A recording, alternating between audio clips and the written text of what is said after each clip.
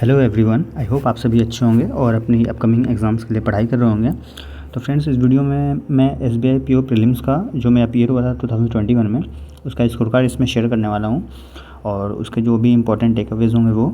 और अभी मॉर्निंग में और अभी इवनिंग में आकाश यादव सर ने अपने वीडियो के थ्रू कुछ इंपॉर्टेंट डेट्स बताई है, वो भी मैं इसमें शेयर करने वाला हूँ एसबीआई क्लरिकल और एसबीआई पीओ के लिए। चलिए वीडियो को स्टार्ट करते हैं। आप अगर इस चैनल पे न्यू हैं तो आप इस चैनल को सब्सक्राइब कर लीजिएगा। जो भी अपकमिंग एग्ज़ाम्स के रिगार्डिंग और सारे सब्जेक्ट्स के जो भी इंपॉर्टेंट वीडियोज़ होंगे स्ट्रेटजी के लिए, वो मैं इस चैनल पे अपकमिंग वीडियोज़ में लेकर आऊँगा। और बाकी उससे ऑलरेडी पहले भी कई सारे वीडियोज़ हैं जो कि फ्रूटफुल होंगी आपके लिए, तो आप चेक कर लेना एक बार प्लेलिस्ट सारे। ठीक है, चलिए स्टार्ट करते हैं। इसमें मेरे बारे में थोड़ा सा इंट्रोडक्शन आप यहाँ पर पढ़ सकते हो पॉज करके वीडियो को। और अगर आपको मेरी वॉइस की जो स्पीड स्लो लगे तो आप 1.25 या 1.5x स्पीड पे भी करके इस वीडियो को देख सकते हो। ठीक है, चलिए स्टार्ट करते हैं। ये देखिए, ये जो मेरा स्कोर कार्ड है, ये मैंने 2021 के एंड में दिया था एसबीआई पीओ का प्रीलिम्स का। ठीक है, तो इसमें मैं आपको बता रहा हूँ, इसमें जो मेरे अटैम्प्ट थे टोटल, वो टोटल मेरे अटैम्प्ट बने थे आई थिंक 75 के अराउंड थे। 75 के अराउंड मैंने अटैम्प्ट किया था टोटल। ठीक है, और इसे मैंने ओबीसी कैटेगरी से अप्लाई किया था। ठीक है, और इसमें जो जनरल की कट ऑफ गई थी वो गई थी 63, लेकिन मेरे जो कट ऑफ से जस्ट 0.75 ऊपर आए थे, तो मैं बहुत मार्जिन से रह गया था। ठीक है, थोड़ा सा भी एक दो क्वेश्चन इधर उधर होता तो मैं गया काम से। ठीक है, हालांकि ये इसके जो मेंस हुई थी वो 2 जनवरी को हुई थी, जिसमें मैं अपीयर हुआ था। और इसके रिगार्डिंग एक और इम्पॉर्टेंट बात आपको बतानी है कि जो सर ने बताई है, ठीक है, जैसा उन्होंने टेंटेटिव डेट दिया है, तो मैं आपको यहाँ पर नोट करके बता दे रहा हूँ। जो एसबीआई पीओ की जो डेट इन्होंने बताई है वो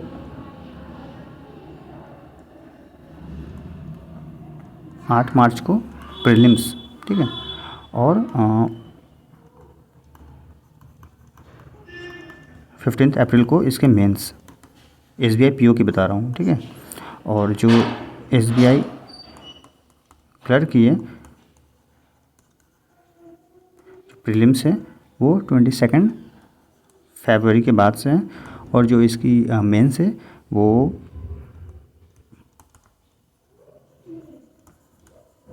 अप्रैल के फर्स्ट वीक में उन्होंने बताई है। ठीक है, तो एसबीआई पीओ की जो प्रीलिम्स है वो 8 मार्च के बाद है, और जो एसबीआई पीओ की जो मेंस होगी वो जो है 15 अप्रैल और 20 अप्रैल के आसपास इन्होंने बताई है। और एसबीआई क्लरिकल की जो प्रीलिम्स है वो 22 फरवरी के बाद है। इन्होंने 4 डेट्स बताई है, 22, 27, 28 और 1 मार्च। ये एसबीआई क्लर्क प्रीलिम्स की है। और एसबीआई क्लरिकल की जो मेंस है वो मार्च एंड में लगभग 28, 29 के आसपास, नहीं तो फिर फर्स्ट वीक में अप्रैल में हो जाएगी। ठीक है, तो इसकी बात करते हैं। जो इसमें मेरे जो अटैम्प्ट थे वो 75 अप्रॉक्स थे। ठीक है, और मेरे जो मार्क्स आए हैं वो 63.75 आए हैं। ठीक है, तो मेरी एक्यूरेसी थोड़ी सी गड़बड़ हुई है। हालांकि मेरे जो अटैम्प्ट थे वो आराम से 80+ हो सकते थे, लेकिन जो इसके क्वांट के जो थे वो थोड़े टफ साइड आए थे। ठीक है, बहुत कैलकुलेटिव थे, और रीजनिंग के पजल्स भी जो थे वो भी काफ़ी कॉम्प्लेक्स थे थोड़े, मतलब वेरिएबल बेस्ड इन्होंने दिया था। तो लेंदी क्वेश्चन होने की वजह से अटैम्प्ट काफ़ी कम रहे थे, और एक्यूरेसी थोड़ी गड़बड़ हुई, इस वजह से मेरे कट ऑफ के आसपास ही मार्क्स आए हैं। हालांकि पेपर इसको टफ माना जाता है, पर ऐसा नहीं है कि बच्चे क्लियर नहीं कर अच्छे मार्जिन से क्लियर करते हैं, और आप भी कर सकते हो। ठीक है, पर ध्यान से, क्योंकि मैं आपको एक शॉकिंग फैक्ट बता दे रहा हूँ। जैसे एग्जाम्पल के लिए, जैसे कोई अगर लास्ट ईयर मान लो एसबीआई पीओ के फाइनल में मान लो अगर 0.5 मार्क्स से रह गया है, या 1 मार्क्स से रह गया, या 2 मार्क्स से रह गया है, और वही बच्चे जब नेक्स्ट ईयर देते हैं एसबीआई के एग्ज़ाम, तो उसके वो प्रीलिम्स भी क्रैक नहीं कर पाते हैं। जो लास्ट ईयर एसबीआई पीओ के फाइनल में जाकर रह गए थे 1-2 नंबर से, वो नेक्स्ट ईयर एसबीआई पीओ के प्रीलिम्स भी क्रैक नहीं कर पाए। तो ऐसा होता है, इसका प्रीलिम्स यही है थोड़ा सा। ठीक है, तो आप लोग इसमें बहुत बारीकी से ध्यान देना, क्योंकि एक तो इसके क्वेश्चन ऐसे होते हैं कि अगर सही से क्वेश्चन अगर आप पिक कर लिए तब तो हो जाएगा आपका, मतलब इसमें। ठीक है, लेकिन अगर क्वेश्चंस में अगर आप स्टक हुए तो ये आपको वापसी का टाइम नहीं देता है। ठीक है, फिर आपका एक पेपर वहीं पे ख़त्म हो जाएगा, आप कम बैक कर ही नहीं पाओगे। बाकी एग्ज़ाम्स में आप शायद कम बैक कर लो, लेकिन ये ऐसा पेपर है जिसमें आप कम बैक कर ही नहीं सकते हो। तो क्वेश्चन राइट क्वेश्चन को पिक करने की जो स्ट्रेटजी है वही इसमें काम आती है। बाकी तो नॉलेज सबके पास है, स्पीड सभी के पास है, लेकिन जो सही क्वेश्चन पिक कर लिए SBI PO प्रीलिम्स में वही क्रैक कर जाएगा इसको, ठीक है। तो इसमें भी जो इंपॉर्टेंट चीज़ें हैं वो मैंने जब मैं SBI क्लर्क का प्रीलिम्स का स्कोर कार्ड शेयर किया था तो उसमें मैंने बता दिया था, तो वही चीज़ें मैं फिर से एक बार रिपीट कर लूँ ना, आप लोग ध्यान देना, ठीक है। देखो, आपको बहुत प्रो नहीं बनना है, ठीक है। आपको प्रो बनने की ज़रूरत नहीं है SBI PO क्रैक करने के लिए। आप इतना स्मार्ट बनो कि जो आपका प्रीलिम्स का और मेंस का जो टाइमिंग होता है आपका, उसको आप अच्छे से मैनेज कर जाओ बस, ठीक है। ऐसा नहीं है कि आप ज़्यादा टाइम इधर उधर क्वेश्चन में ट्रैवल करने में ही मतलब ज़ाया कर दिए, ठीक है। आप पहले से प्रिपरेशन फेज़ में डिसाइड कर लो कि हाँ जैसे ये 100 क्वेश्चन है तो इसमें मुझे इन क्वेश्चन पे अटैक करना है और इनके तरफ देखना भी नहीं है, ठीक है। तभी आप उस टाइम को मैनेज कर पाओगे। नहीं तो फिर क्या हुआ कि आप इसी सर्कल में ही घूमते रह जाओगे कि ये भी उठा लूँ, ये भी कर लूँ, ये भी कर लूँ, इसमें भी अटैम्प्ट कर लूँ। एग्ज़ाम में ही आप एक्सपेरिमेंट करते चले जाओगे, तो वो नहीं करना है आपको। आपका माइंड में क्रिस्टल क्लियर ये होना चाहिए कि हाँ ये टॉपिक्स हैं, ये चैप्टर्स हैं, इन पे मुझे अटैक करना है एग्ज़ाम में चाहे आ जाए तो, और ये कुछ ऐसे टॉपिक हैं जो इरेलीवेंट हैं, उस पर मुझे टच ही नहीं करना है। फॉर एग्जांपल मैं बता दे रहा हूँ, हालांकि सबका अपना स्ट्रॉन्ग और वीक एरिया है, लेकिन फॉर एग्जांपल मैं बता दे रहा हूँ, जैसे रीजनिंग में जो ब्लड रिलेशन के साथ जो पजल्स आते हैं मिक्स करके, वो एग्ज़ाम में मतलब मैं नहीं करता हूँ और मेजॉरिटी ऑफ स्टूडेंट्स नहीं करते हैं, क्योंकि वो टाइम टेकिंग होता है, उसमें एक्यूरेसी बहुत ख़राब होती है। बन भी जाएंगे तो वो बहुत समय ले जाएंगे, ठीक है। और समय ले जाने के बाद भी अगर नहीं बने तब तो वैसे ही आपका पेपर ख़राब वहीं पे, ठीक है। तो ऐसे क्वेश्चंस को मैं स्किप करता हूँ, बच्चे भी करते हैं, ठीक है। और सेकंड की जो लेंदी आरसी होते हैं जिसमें कि इन्फ्रेंस बेस्ड क्वेश्चन होते हैं, उसको अवॉइड किया जाता है, ठीक है। क्योंकि आप पूरा आरसी पढ़ भी लोगे तो भी आपको ये नहीं पता चल पाएगा कि एग्जामिनर अपने पॉइंट ऑफ व्यू से क्या सोच रहा है। वो तो अपने हिसाब से उसमें वो ऑप्शन दिया है ना, लेकिन आप जो वहाँ पर डाटा दिया है उसको उठाकर आप अपना इन्फ्रेंस निकालोगे। तो ये कैट लेवल में बहुत एक्यूरेसी फ्लक्चुएट होती है और कैट टेबल का ही क्वेश्चन ये कॉपी पेस्ट करता है, ठीक है, SBI PO और IPS PO अपने मेंस में, ठीक है। तो ऐसे आरसी को अवॉइड किया जाता है। और जो शॉर्ट आरसी होते हैं जिसमें कि direct fact based question RC से पैसेज से उठाकर या फिर डाटा बेस्ड क्वेश्चन पूछते हैं, तो वो किया जाता है। लेकिन जो इन्फ्रेंस बेस्ड है उसमें थोड़ा सा मतलब बहुत सतर्क होना पड़ता है, तो इस तरह के क्वेश्चन आप अवॉइड कर सकते हो।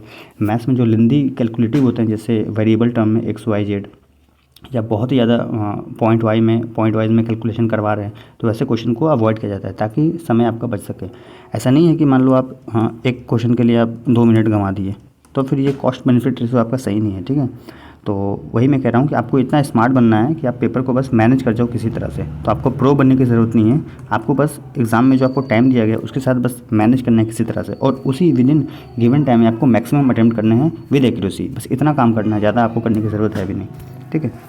और you don't need to solve all question, just attack on the required ones. जितनी ज़रूरत है बस उतना ही करो, ठीक है। जितने की ज़रूरत है बस उतना ही करो। अब मान लो जैसे प्रीलिम्स में फॉर एग्जांपल जैसे 100 क्वेश्चन है, ठीक है। सेक्शनल इसमें कट ऑफ तो है नहीं, तो 100 में अगर आप 80 क्वेश्चन भी अगर आप एक्यूरेसी के साथ कर दिए तो आप इसका प्रीलिम्स क्रैक कर जाओगे। अब आपको SBI PO प्रीलिम्स क्रैक करने के लिए 100 में 95 अटैम्प्ट करने की ज़रूरत नहीं है, 100 में 90 अटैम्प्ट करने की ज़रूरत नहीं है, ठीक है। ये क्लरिकल का पेपर नहीं है कि 90 प्लस करेंगे तो सेफ़ है या 85 प्लस करें तो सेफ़ है। इसमें अगर 80 भी कर लिए, इनफैक्ट मैं बोलूँगा अगर 75 भी अगर सही से कर लिए अटैम्प्ट, तो आप ये SBI PO क्रैक कर जाओगे, आराम से क्रैक कर जाओगे, ठीक है। तो वही कह रहा हूँ कि आपको इसमें सारे क्वेश्चन सॉल्व करने की ज़रूरत नहीं है, लिमिटेड करो, सही करो, उतना ही करो पर सही करो। इसमें जैसे अटैम्प्ट ज़्यादा हो भी नहीं पाते हैं, जहाँ तक मुझे याद है रीजनिंग में मेरे 22-23 के आसपास हुए थे, क्वांट में 21 के आसपास हुए थे, और इंग्लिश में मैंने 30 आउट ऑफ 30 अटैम्प्ट किया था, ठीक है। तो इंग्लिश में तो आप 30 में 30 कर लोगे, क्वांट में आप 25 प्लस जानने में थोड़ा हालत ख़राब हो जाएगा, क्योंकि आखिर में 10 क्वेश्चन आपको छोड़ने पड़ेंगे, क्योंकि टाइम है ना, नहीं टाइम ही तो नहीं है ना। 20 मिनट में आप कैसे कर सकते हो 35 क्वेश्चन, मतलब लगभग नेक्स्ट टू इम्पॉसिबल है। 30 प्लस पहुँच जाना मतलब बहुत बड़ी बात है विद इन 20 मिनट्स, ठीक है। तो और रीजनिंग में भी वही है कि एक पजल तो आपको छोड़ना ही छोड़ना होंगे, क्योंकि 20 मिनट में सारे क्वेश्चन कर पाना, वो भी SBI PO प्रीलिम्स लेवल का, ये पॉसिबल नहीं है, ठीक है। तो जो रियलिटी है उससे रूबरू होना है, आँख बंद करके नहीं करना है कि मैं तो 100 में 100 अटैम्प्ट करूँगा, 100 में 95 अटैम्प्ट करूँगा, ऐसा नहीं है। फालतू का एफर्ट नहीं लगाना है। अगर आपको इतना आपके अंदर इतना ही एफर्ट लगाने का वो है तो एफर्ट बचा के रखो और उसको मेंस के लिए लगाना, ठीक है। प्रीलिम्स में बस आपको कट ऑफ करना है, इसका काम है मेंस के लिए आपको टिकट देना, ठीक है। तो बस टिकट ले लो, उसके बाद जितने ताकत है वो मेंस में लगा दो, ठीक है। और एक और लास्ट पॉइंट था कि जितने भी पिछले 4 साल या 5 साल में जितने भी प्रीलिम्स हुए SBI PO के, जैसे मान लो 2020 से उठाऊँ, 2020, 2021, 2022, 2023, इसमें जितने भी 2019 भी ले सकते हो आप, ठीक है। इसमें SBI PO प्रीलिम्स के जितने भी शिफ्ट में एग्ज़ाम हुए हैं, उसके जो भी मेमोरी बेस्ड अवेलेबल हैं इंटरनेट पे या फिर यूट्यूब पे, सभी को जाकर आप सॉल्व कर लो अच्छे से। एक मतलब रोड मैप आपके दिमाग में बन जाना चाहिए कि मतलब क्वांट में, रीजनिंग में और इंग्लिश में किस किस टाइप के क्वेश्चन पूछ रहा है पिछले 4-5 साल ये एग्जामिनर, ठीक है। और एग्जामिनर जो है पिछले 4-5 साल में जिस भी टाइप के क्वेश्चन पूछ रहा है, तो क्वांट में ऐसे कौन से 20% क्वेश्चन हैं जिनसे मुझे अलर्ट रहना और उसको अटेम्प्ट नहीं करना है। रीजनिंग के ऐसे कौन से 20% क्वेश्चन हैं जो टाइम टेकिंग है जिनसे मुझे बच के रहना है। इंग्लिश के कौन से ऐसे 10% क्वेश्चन हैं जिनसे मुझे अलर्ट रहना है। तो ये माइंड मैप कब हो पाएगा, ये माइंड मैप कब बना पाओगे, जब आप प्रीवियस ईयर क्वेश्चन सॉल्व करोगे पिछले 4-5 साल का, तब तो आपको पता चलेगा। तो ये अवॉइड करते हैं लोग, क्या करते हैं, सिलेबस ख़त्म किए सीधे मॉक टेस्ट पे कूद जाएंगे, क्विजेज़ लगाने स्टार्ट कर देंगे। अरे वो सब करना, लेकिन पहले आप वो रोड मैप तो देख लो कि जिधर आपको जाना है उसका रास्ता क्या है ना। तो इसलिए ये प्रीवियस ईयर क्वेश्चंस बहुत इंपॉर्टेंट हो जाते हैं, ठीक है। और लास्ट में वही कंसिस्टेंट आपको रहना है, ठीक है। अब डेट्स भी इन्होंने बता दी है, ठीक है। मैं फिर से एक बार रिपीट कर दे रहा हूँ, SBI PO के जो प्रीलिम्स हैं, इसकी डेट इन्होंने सर ने बताई है 8 मार्च, ठीक है। और इसकी जो मेंस है वो सर ने बताई है 15 अप्रैल, ठीक है। और SBI क्लर्क की जो प्रीलिम्स हैं इसकी है 27th, 28th और 1 मार्च। और इसकी जो मेंस है, मेंस सर ने बताई है 28, 29 मार्च, नहीं तो फिर 1st वीक अप्रैल के, ठीक है। तो वही मैं कह रहा हूँ कि आप लोग कंसिस्टेंट रहना, लगातार प्रैक्टिस करते रहो, रेस्ट या गैप मत आने देना, वो आपका स्पीड बहुत डाउन कर देगा, बहुत पीछे हो जाओगे, ठीक है। क्योंकि जो बच्चे सोए हुए थे वो भी जग चुके हैं अभी, ठीक है। तो आप कंसिस्टेंट रहना, रेगुलर पढ़ाई करो, ठीक है। और जब तक इन दोनों के मेंस नहीं हो जाते हैं तब तक लगातार मेहनत करते रहो, मॉक्स दो, क्विजेज़ लगाओ, आप किताबों से सॉल्व करते हो उसे सॉल्व करो, PDF से सॉल्व करते हो उसे सॉल्व करो, कैसे भी करो, बस कंटिन्यू रखो, पढ़ाई करते रहो रेगुलर, ठीक है। रेगुलर पढ़ाई करते रहो, ठीक है। और बाकी किसी भी तरह की कुछ आपको डाउट्स हों किसी भी सब्जेक्ट्स के रिगार्डिंग, तो आप कमेंट सेक्शन में पूछ लेना, ठीक है। और आप टेलीग्राम चैनल का लिंक मैंने अबाउट सेक्शन में रख दिया है, ठीक है। तो आप ज्वाइन भी कर लेना, ठीक है। बाकी आप लोग पढ़ते रहो, अच्छे से मेहनत करते रहो, तब तक मिलते हैं नेक्स्ट वीडियो में। और मैं क्वांट, रीजनिंग और इंग्लिश की भी मतलब सेपरेट वीडियोस लेकर आऊँगा, ठीक है। उसमें किन किन बातों का ध्यान रखना अपने प्रिपरेशन के दौरान, ठीक है।